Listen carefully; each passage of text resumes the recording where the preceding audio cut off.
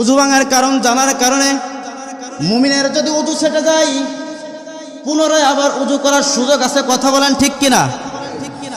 নামাজ ভাঙার কারণ জানার কারণে তার যদি নামাজ ভেঙে যায় নামাজ আবার নতুন করে নবায়ন করতে হয়। কথা বলেন ঠিক কিনা?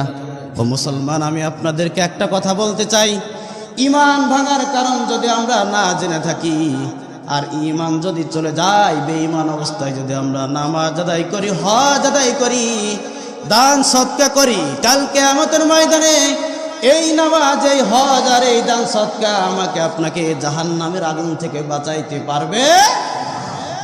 উযু ছাড়া যদি আপনি সারা জীবন সিজদা দেন, নামাজ পড়েন, এই নামাজের কোনো মূল্য আল্লাহর কাছে আছে? কোনো মূল্য নাই। এমনই করে আপনার যদি ঈমান না থেকে থাকে আর আপনি যদি সিজদা করেন, হজ করেন, তাহলেও ঈমানবিহীন এই আমলের আল্লাহর কাছে কোনো গুরুত্ব